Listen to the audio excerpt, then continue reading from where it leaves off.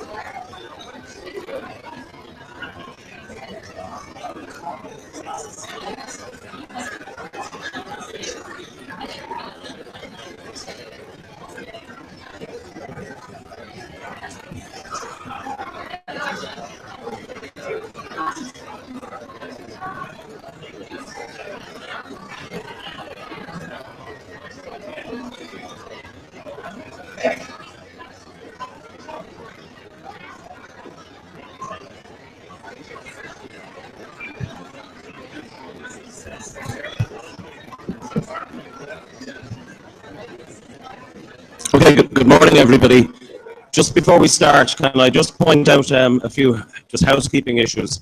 In the event of an emergency, there's emergency exits at the back, at the side here, and also through the garden area through into the next building. So just bear that in mind in case an alarm goes off.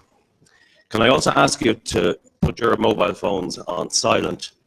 I don't want you to turn them off because I want you to use them to take photographs. Take as many as possible, use your cameras, use your videos, film everything, and hopefully you'll put some of it up on the Facebook page.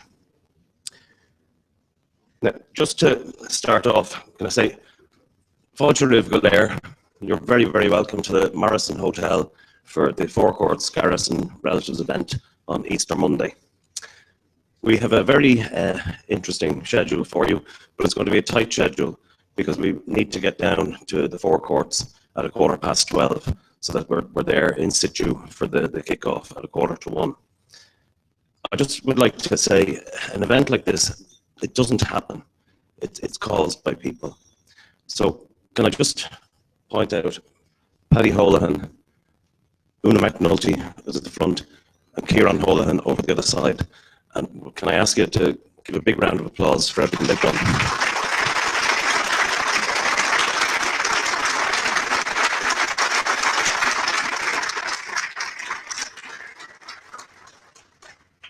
I think a gathering like this, it shows us the pride that we have in our relatives.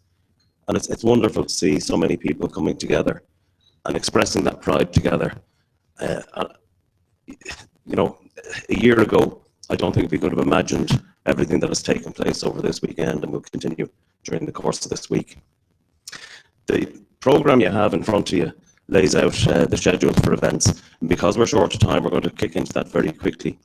We are going to start with Anya and Kieran, who will read the Ashling in both Irish and English.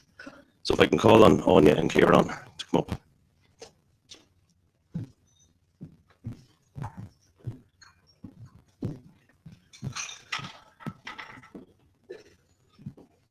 In Norcourt an é dóchas rinne Ashling dún. Lasmar solas an dóchas agus near múchel é. I bhásach an lagvisnig rinne Ashling dún. Carmar crana crogata agus hánig blá air. In iver in a dershe rinne Ashling dún. Fellamar snachtin an tarve agus re an a half yoken as. Carmar an Ashling it snav mar alla an aun.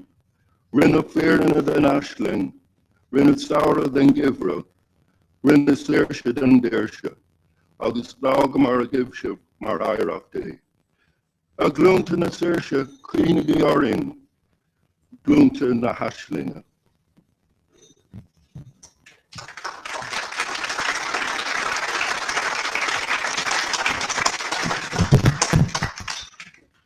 In the darkness of despair, we saw a vision. We lit the light of hope, and it was not extinguished. In the desert of discouragement, we saw a vision. We planted the tree of valor, and it blossomed. In the winter of bondage, we saw a vision. We melted the snow of lethargy, and the river of resurrection flowed from it. We sent our vision a swim like a swan on the river. The vision became a reality. Winter became summer. Bondage became freedom. And this we left to you as your inheritance. O generations of freedom, remember us, the generations of the vision.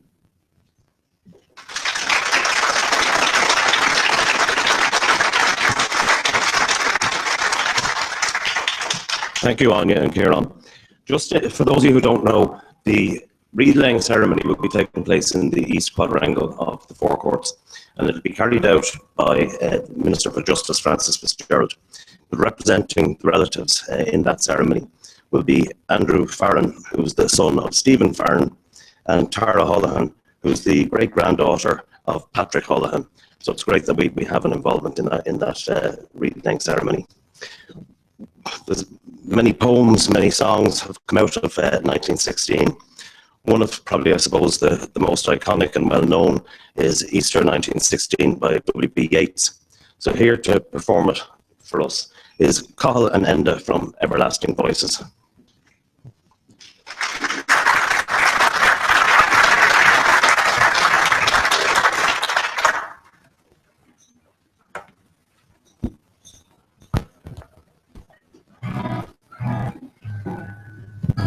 Hello, we're very privileged to be here, and thank you very much for having us. This is the iconic poem by W.B. Yeats. I have met them at close of day, coming with vivid faces from counter or desk among grey 18th century houses. I have passed with a nod of the head or polite, meaningless words, or have lingered a while and said polite, meaningless words, and thought before I had done of a mocking tale or a jibe to please a companion around the fire at the club, being certain that they and I had lived where motley is worn.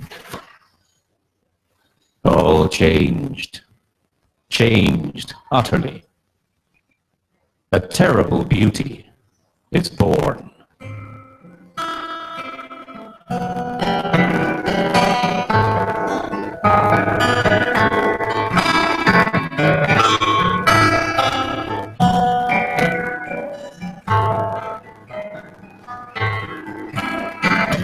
That woman's days were spent in ignorant goodwill, her nights in argument, until her voice grew shrill. What voice more sweet than hers, when young and beautiful she rode to harriers? This man had kept a stool and rode our winged horse. This other, his helper and friend, was coming into his force. He might have won fame in the end. So sensitive his nature seemed, so daring and sweet his thought. This other man I had dreamed, a drunken, vainglorious lout. He had done most bitter wrong to some who are near my heart. Yet I number him in the song. He too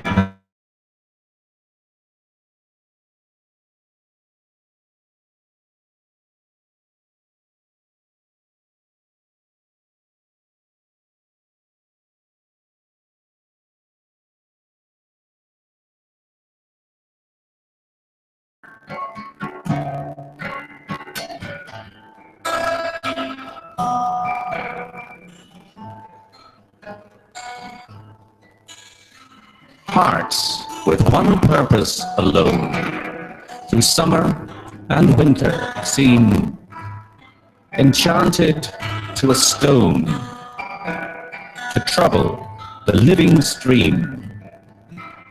The horse that comes from the road, the rider, the birds that range from cloud to tumbling cloud. Minute by minute they change. The shadow of cloud on the stream changes minute by minute. The horse hoof slides on the brim, and the horse plashes within it. The long-legged moorhens dive, and hens to moorcocks call. Minute by minute they live, the stones in the midst of all. Too long a sacrifice can make a stone of the heart. Oh, when may it suffice? That is heaven's part. Our part, to murmur, name upon name, as a mother names her child. When sleep at last has come on limbs that have run wild.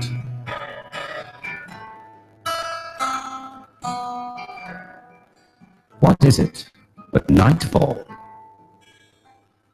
No, no, not night, but death.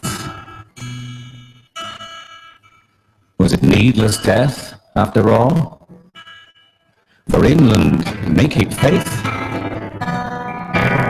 for all that is done and said, we know their dream. Enough to know that they dreamed but are dead. And what of excess of love bewildered them till they died. I write it out in a verse. MacDonough and the Bride and Connolly and Pierce, now and in time to be, forever green is worn, are changed utterly, and terrible beauty is born.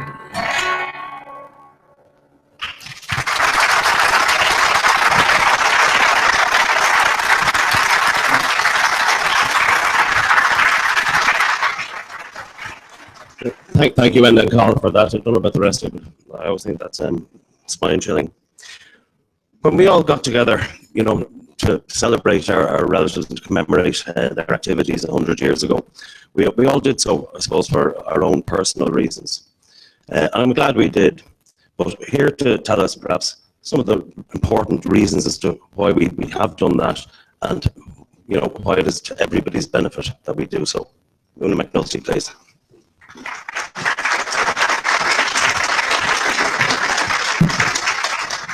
Good morning, everyone.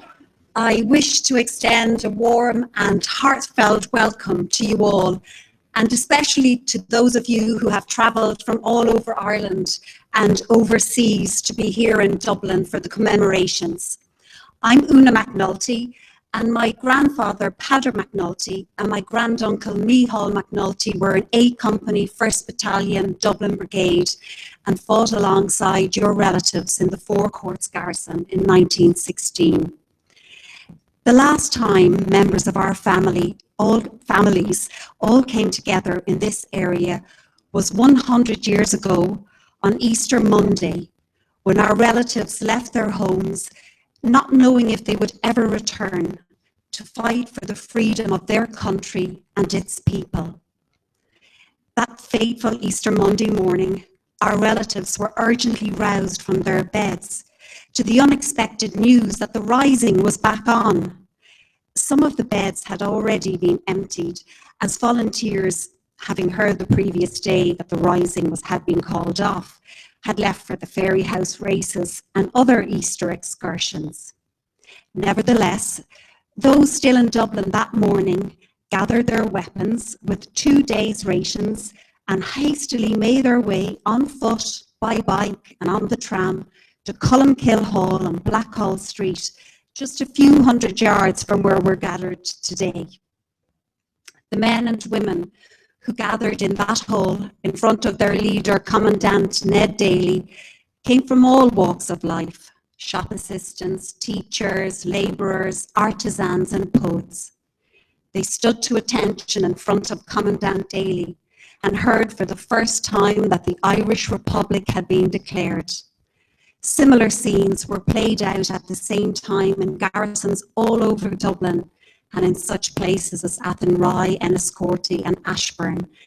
And the GPO, where the flag of the Irish Republic flew proudly over Dublin, and where Padraig Pearse read out the proclamation at 12 noon on Easter Monday 100 years ago.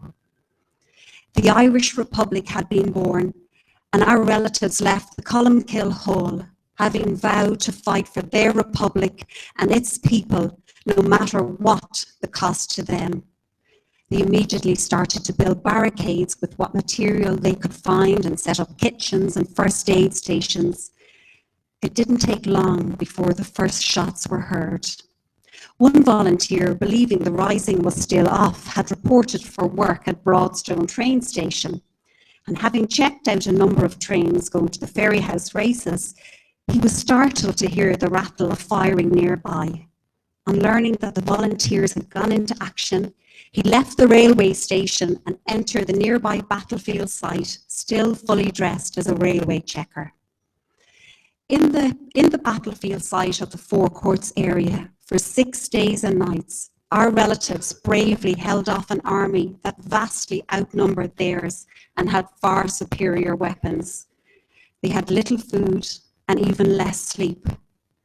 As the week progressed, conditions deteriorated rapidly. The dense, acrid smoke from the burning Linenhall barracks permeated every building in which they sought shelter. Bullets whizzed past incessantly, and they never knew if the next one was destined for them or the person beside them, or would simply pass. Acts of bravery were carried out on an hourly basis, and it would be unfair to single out anyone for mention here today. In the final day of the struggle, these exhausted, battle-weary men and women found themselves engaged in intense room-to-room combat with the enemy while their city burned around them. When the moment for surrender came, with great reluctance, they bowed to the decision of their commander-in-chief, Padraig Pearse. In that moment of surrender 100 years ago, it felt like a defeat. But ultimately, the men and women of 1916 achieved what they dreamed about and fought for, an Irish Republic. For this, we and the people of Ireland owe them a great debt. It is our pride in our relatives and our gratefulness to them and the sacrifices they made which brings us together here today to honour and remember them. As we heard in the Aisling poem earlier, they were the generation of vision, and we are the generation of freedom, and it is our duty to remember them. And the presence of so many here today is testimony to the importance we give to our responsibility to continue to honour and remember our relatives and their selfless actions. Everyone here in this room has an important role to play in ensuring that the stories and memories of our family members who fought in the Rising continue to live on, not just in our families, but in our communities and in the collective memory of our fellow countrymen and women. We are the living connections to the men and women whose actions led to the foundation of our nation. It is our duty to ensure that these extraordinary men and women are never forgotten, and that the 1916 Easter Rising continues to be commemorated and honoured by all future generations in a dignified and appropriate manner. Let this centenary of the Rising inspire us to start a process of better commemoration of the Easter Rising and our relatives' role in it. Over the last 18 months, we came together to form the 1916 Four Courts Relatives Groups. And now we can communicate with each other and share knowledge and information.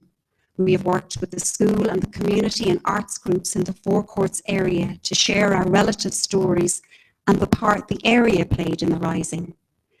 Let us commit today to keep these connections between ourselves and the Four Courts area strong and vibrant. I will now ask in particular for the attention of the young people and children who are here today. We now turn to you and ask you to take on the baton and carry the stories and memories of the men and women of 1916 through to the next generations. It now falls on you to ensure the legacy of our relatives stays alive for the next 100 years. See it not as a burden, but as an honor to become the guardians of their legacy. At the 125th anniversary of the Rising, one of you might be standing, as I am now, in front of a gathering of the 1916 Four Courts relatives to honor and remember the role of our ancestors in bringing about the birth of our nation.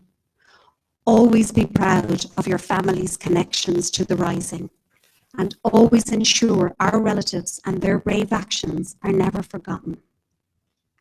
Finally, let us pay tribute to the volunteers, the officers and the men and women of the Four Courts garrison, to those who fell in this area and to those who died at the hands of the firing squads, to these and to all who fought for their country in that week of proud memory. May I say on behalf of us here, Ireland remembers you. Goramila Mahagat.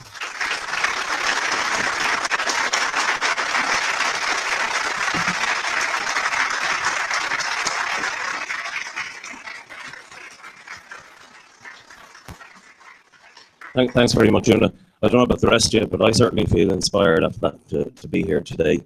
And I'm glad that this can be the start of a process rather than the culmination of a centenary event. So kick on, and can I call again on Everlasting Voices to come up and perform Blood on the Roads?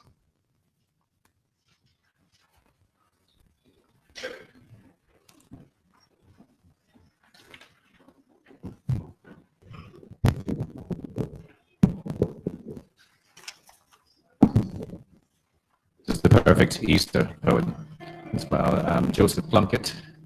And the tune is originally by Sive Naline, and you'll notice on the piano, but Enda, who wrote the tune for the last one, is playing this one on the guitar. And they'll be singing it in Irish. It's been translated by Gabriel Rosenstock, especially for our CD, and I'll be speaking in English.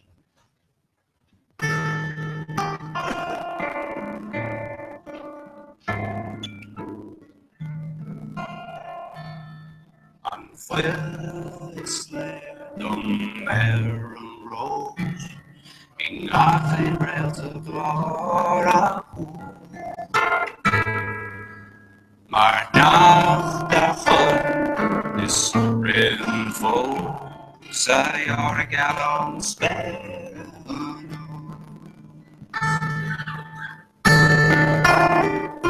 I see his blood upon the rose, and in the stars, the glory of his eyes. His body gleams amid eternal snows.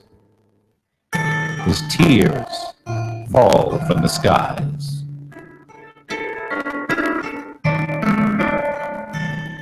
It's late at night, in nothing long.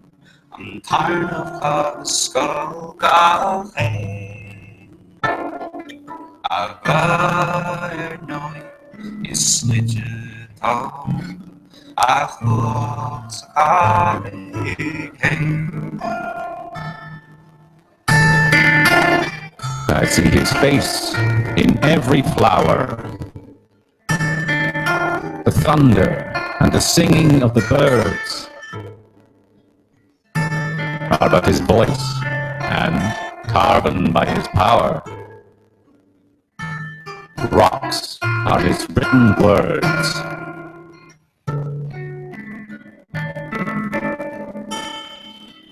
Säger som jag fria undan Feel corona's nothing, yeah. I cross this going nothing. All pathways by his feet are worn. His strong heart stirs the ever-beating sea. His crown of thorns is twined with every thorn. His cross is every tree.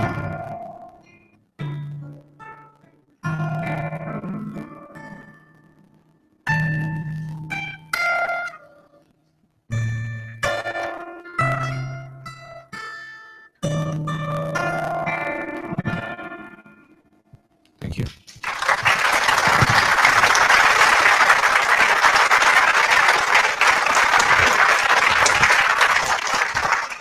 Thank you, guys. Most of us probably know what our own relatives were doing during the course of Easter week and the very heavy fighting and everything that was involved, particularly in the Four Courts garrison. But here to remind us of the events of that week and again what the volunteers and our relatives were doing during the course of that week is Paddy Holan.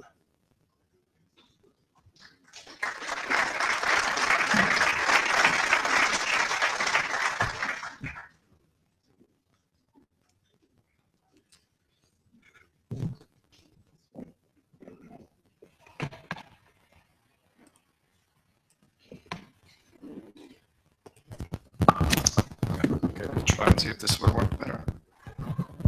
Okay.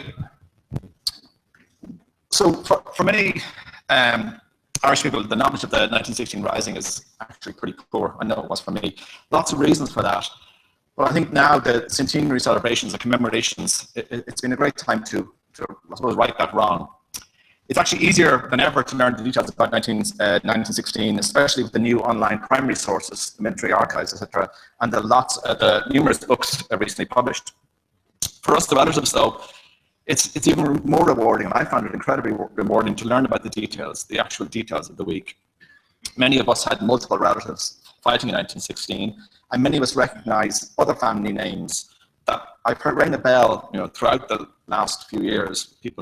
Parents mentioning names ring a bell, but we don't actually know why. The Four Courts, I believe, is one of the most misunderstood garrisons of the whole week. It was the second largest, and undoubtedly the garrison where the most volunteers were involved in the most battles and skirmishes. So today I'm hoping to give you an overview of that. So first, let's look at the organisation of forces in Easter week.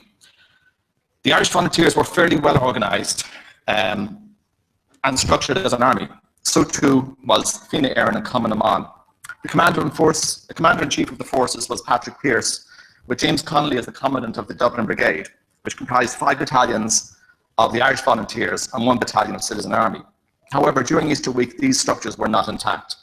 The countermanding order delayed the rising by a day, and many volunteers were not aware of the new orders. The official roll of honour, which is not a full and complete list, has 14 garrisons or areas of operation. Those garrisons, the Four Courts garrison was commanded by Edward Daly, and while comprising mainly of volunteers of the 1st Battalion, it included many volunteers from other battalions. The Four Courts force was supplemented by Fianna Éireann, Citizen Army, Hibernian Rifles, and Cumann na mBan. The 1st Battalion was reported to comprise of 500 men before Easter week, but as mentioned, about only 300 parading on a regular basis, but many of these men did not have uniforms or weapons. The Four Court Roll of Honour has approximately 320 names, but as I said before, this does not comprise just 1st Battalion men. The 1st Battalion had 6 companies, A, B, C, D, F, and G. E Company was defunct. These companies were of varying size, nominally from under 50 people to over 100. But 2 companies did not take part in the Four Courts battle in 1916. D Company under Sean Houston took over the Mendicity Institute in the South Keys, and B Company under Jimmy O'Sullivan went to Carberra Bridge, but ultimately linked up with the 5th Battalion in Ashbourne, and some of them went to the GPO. So the 4 other companies, A, C, F, and G, were the nominal structures for the Four Court garrison where your relatives fought. In your booklet, you will see a roll of honour and the company where the volunteer was most associated with. This is only indicative, as many of the men moved during the week or on separate detachments. The leader of the 1st Battalion was Edward Daly. Edward Daly was only 25 years old. He was the youngest commandant of the 5 battalions and became the youngest to be executed in the aftermath. All his life he wanted to be a soldier, so when the Irish Volunteers were established, he joined and was rapidly promoted. He studied soldiering with great seriousness and became an accomplished tactician.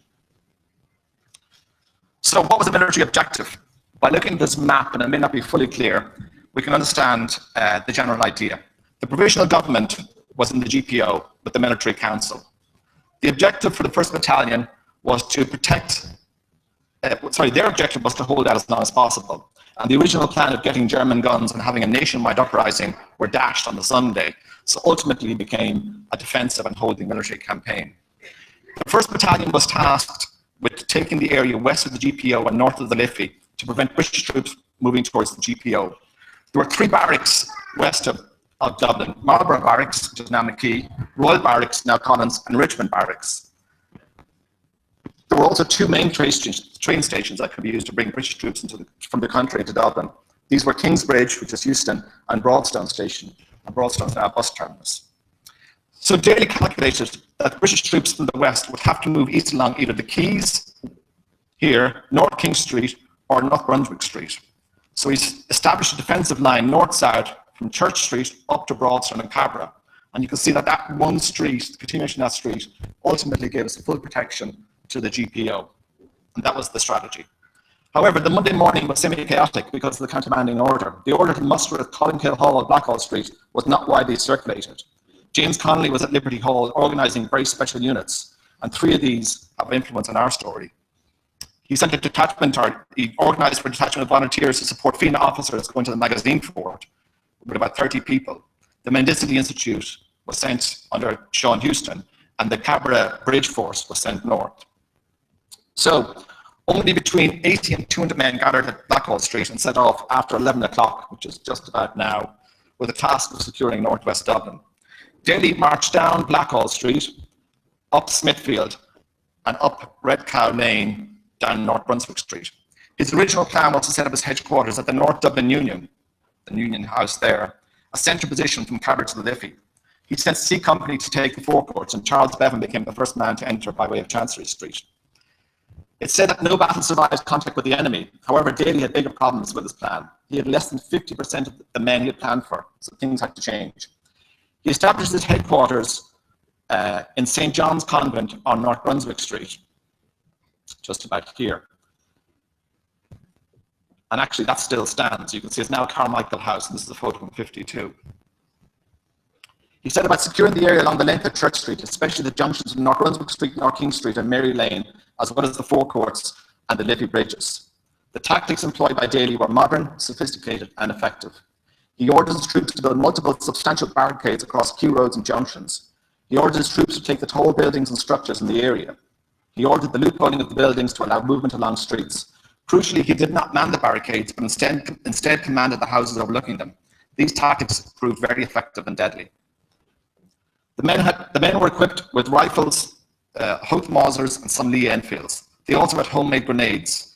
Many of the men were expert shots, having trained for many years, so they were used as snipers.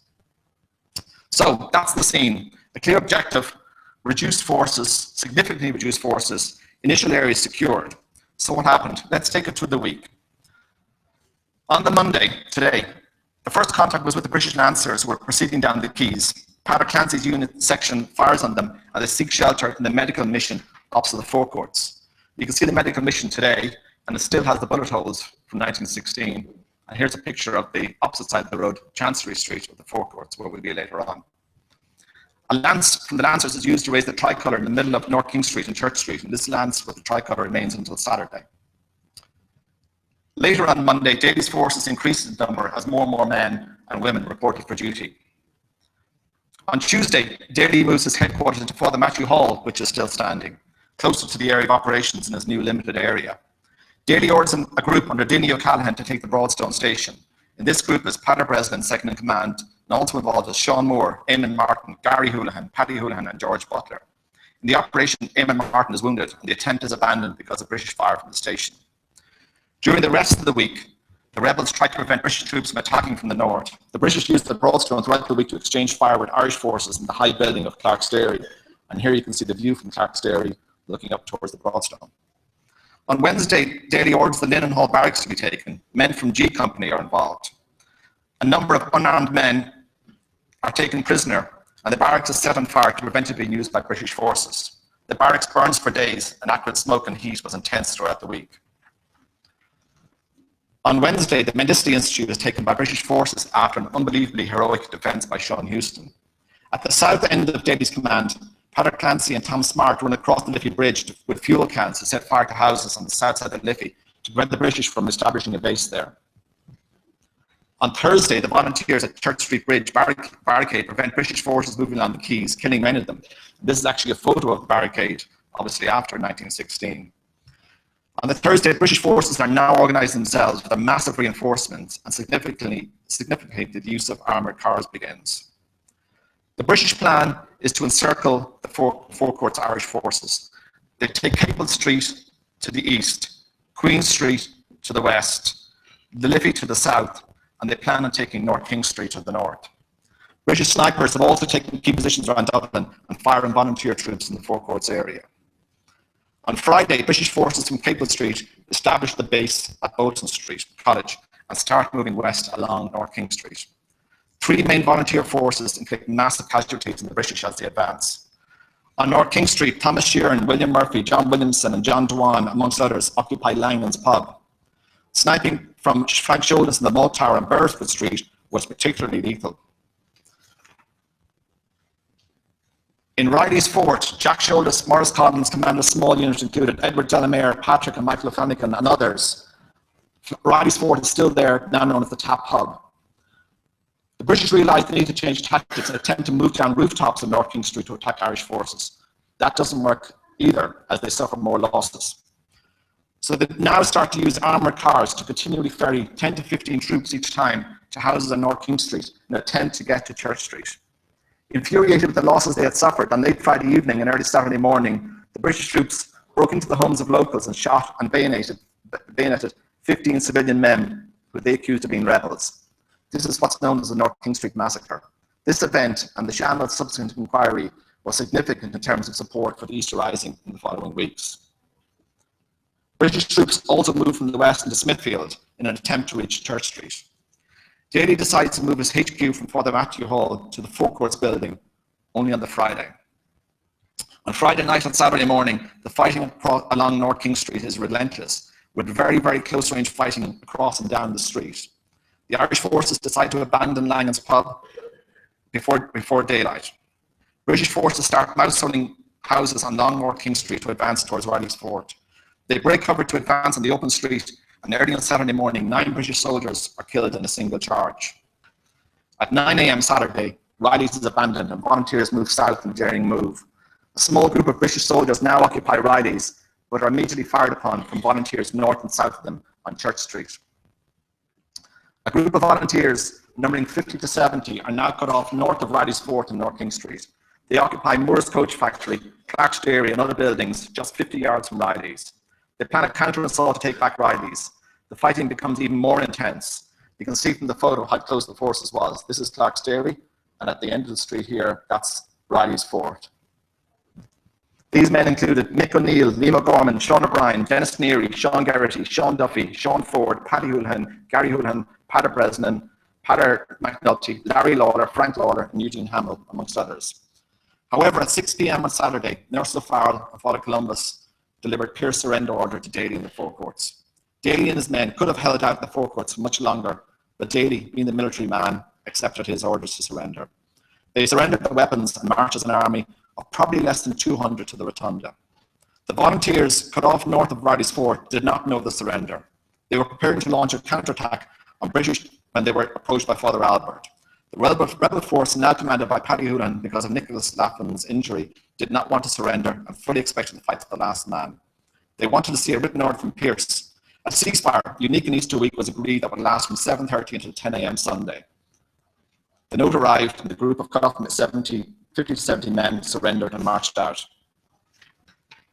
It should be mentioned that a number of rebels managed to slip away without being arrested, some attending Sunday Mass on Church Street. Thus ended the fighting in the Four Courts garrison. The nature of the fighting by the Four Courts, or the Irish force in the Four Courts area, was one, for a better word, professional. They moved civilians out of their houses to other locations. They set up field hospitals and took prisoners. They treated their prisoners well, and in many cases released them on their word. Commandant Daly arranged for Monk's Bakery to remain open during the week and distribute bread to the locals. They also, on many occasions, established short ceasefires to allow the British to take in their wounded. Not that we need endorsement from the British, but I think this excerpt is worth reading. What impressed me most was the international tone adopted by the Sinn Féin officers. They were not out for massacre, for burning, or for loot. They were out for war, observing all the rules of civilized warfare and fighting clean. So far as I saw, they fought like gentlemen. They had possession of a restaurant in the Four Courts, stocked with spirits and champagne and other wines, yet there was no signs of drinking. I was informed they were all total abstainers. They treated the prisoners with the utmost courtesy and consideration. In fact, they proved by their conduct they were men of education incapable of acts of brutality. In the Four Courts garrison, there were many casualties. Many civilians were killed, not just in the North King Street massacre. Many British forces were killed or injured, and 10 Fianna and volunteers were killed too. Commandant Daly, of course, was executed on the 4th of May.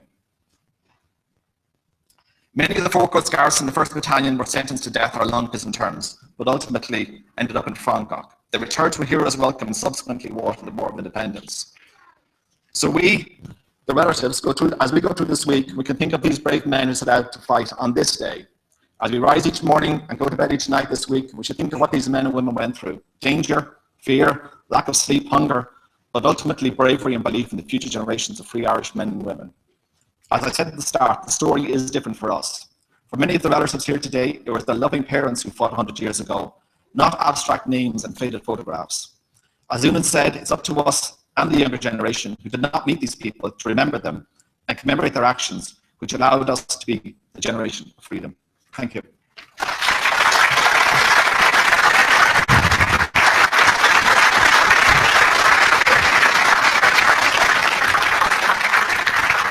Thank you, Paddy, for that very concise history of the week of Easter week 100 years ago.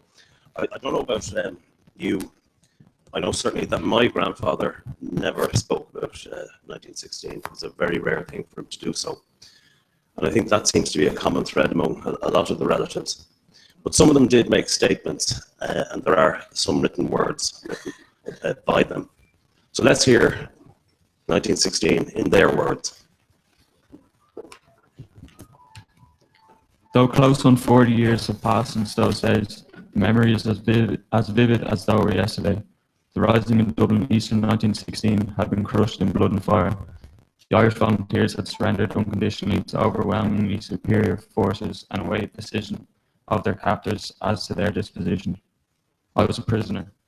I recalled that Easter Monday parade when Commandant Ned Daly informed us that the Irish Republic would be declared at 12 noon and gave each man the option of withdrawing, but no man availed of the offer. Though each knew that if success were not achieved, his chances of survival were small, though he escaped death in action. I made my decision there and then to stand by my principle, whatever the cost. I issued mobilisation orders for the magazine fort to be delivered to the homes of the lads. By this time, however, as we only learned later, many of them, presuming everything was cancelled, had gone hiking or to camps. As a result, we were short of our full complement by 0 mobilisation hour on Monday morning. Having mustered the unit, we proceeded to the Phoenix Park, calling in at Whelan's on Norman Quay on the way to purchase a football. Owing to the delay caused in collecting the extra men, time is now running against us. We arrived at the outside of the fort pretending to be a football team, and by passing the ball from one to the other got near enough to the outside sentry to rush and disarm him, while the remainder of the unit doubled into the fort with pistols and revolvers drawn. The guard room was rushed, soldiers there were covered, and the rifles which were stacked were collected. The wife and children of the officer commanding were brought to the guard room, as was the balustrade sentry who had been wounded during a scuffle to disarm him. During this time, the storekeeper and keys had been located, the storerooms and vaults opened, and the men assigned to the job set about laying the mines when everything was set for firing.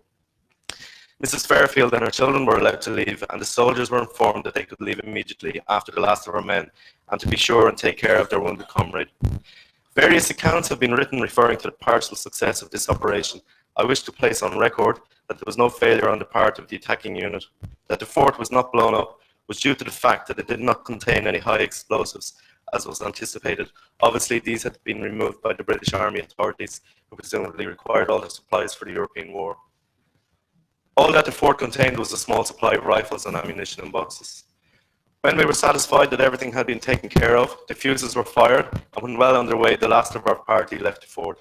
A horse-drawn hackney cart engaged by one of our party and held in readiness. The 4 or 5 men, the last to leave the fort, mounted this car and drove out from Island Bridge Gate. We were out on the main road before we heard the first of the dull explosions, which destroyed the firearms and ammunition.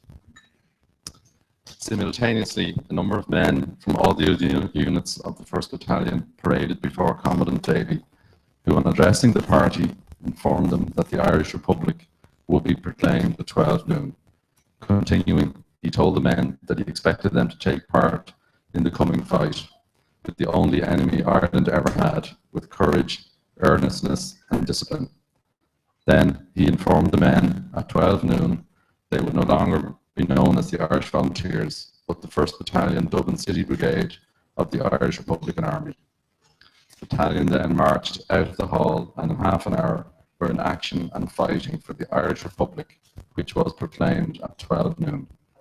I had a rifle and 100 rounds, and a revolver and 50 rounds. We left Colmkill Hall at 12 o'clock, and we went to North Brunswick Street. I barricaded the roads, occupying houses opposite Richmond Hospital, North King Street. We then moved down towards Church Street, occupying Clark's Dairy there. The barricades were built with a variety of articles taken from adjoining houses, stores, yards, etc. One of the corner houses was unoccupied. It bore the name of Riley on the signboard. During the week, it became known as Riley's Fort and served as a good shelter and a place of rest for the first 2 or 3 days when it was possible for the men in the barricades to get relieved. The fighting in the early part of the week mostly consisted of sniping from elevated positions like the top of the malt house, the roofs of Riley's and adjoining houses at the crossing, where our men had some narrow escapes from enemy snipers. Bullets spattered the chimneys of Riley's Fort, where some of our snipers, including Tom Sheeran, William Murphy, Michael O'Kelly, and my brother Frank, were busy sniping enemy posts. On Wednesday, the Linen Hall barracks to the back of Monk's Bakery off Coleraine Street was taken by Captain Denny O'Callaghan of A Company, with some of his men and some from G Company. Thursday night and Friday, the British adopted breaking through tactics from house to house to reach our positions. Throughout the Friday night and Saturday morning, the gunfire was practically continuous. Our supply of ammunition was becoming exhausted, and a number of rifles were getting jammed with continuous firing. Great difficulty was experienced in getting supplies. On Saturday at about 11 a.m., I was directed with some others who had been with me and Riley's to go to the forecourts and obtain some rest. I think I rested for a few hours in the law library, for I have a recollection of obtaining some books for a pillow. I then came out to one of the barricades in Church Street near Bow Street, where I remember meeting Lieutenant Sean Flood and Gerard Feeney, and from conversation with them learned that negotiations were taking place for a conditional surrender. Instructions reached us some hours later to fall back to the forecourts main hall or restaurant, where Commandant Daly addressed us and stated that orders had been received from General Pearce that we were to lay down our arms and surrender unconditionally. An official copy of the order for surrender in Pearce's own handwriting was brought by one of the Capuchin fathers to the North Brunswick Street position on Sunday morning. The father had had a personal interview with Commandant Pearce at Arbor Hill Barracks, where he was then confined. On reading this, I decided, after consultation with my men, to surrender, and intimation to this effect was conveyed to the military. The garrison, numbering 58, were then marshalled into military order and marched under guard to the castle. Thus ended the last resistance in the forecourts area. Thank you all very kindly for that. At this stage, you've heard from us, so it's sort of about time maybe we hear from you. We've already heard one of the most iconic poems that came from 1916, Easter 1916. So now we're going to hear one of the famous songs that originates, I suppose, from the events of 1916. In your program, you will find words of this particular song. So I'm now going to call on Mark Whale to lead us all in the Foggy Dew.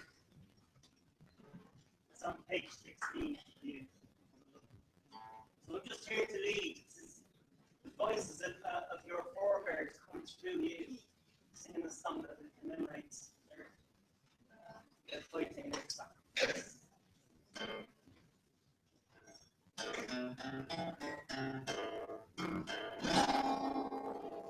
As down the glen of Eastern City, where the lights are marching and stars,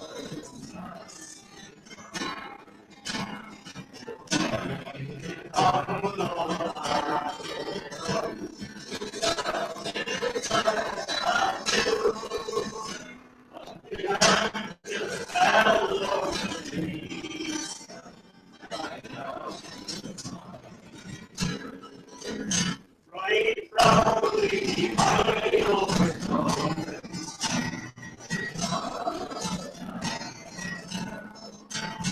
was forever shining bright.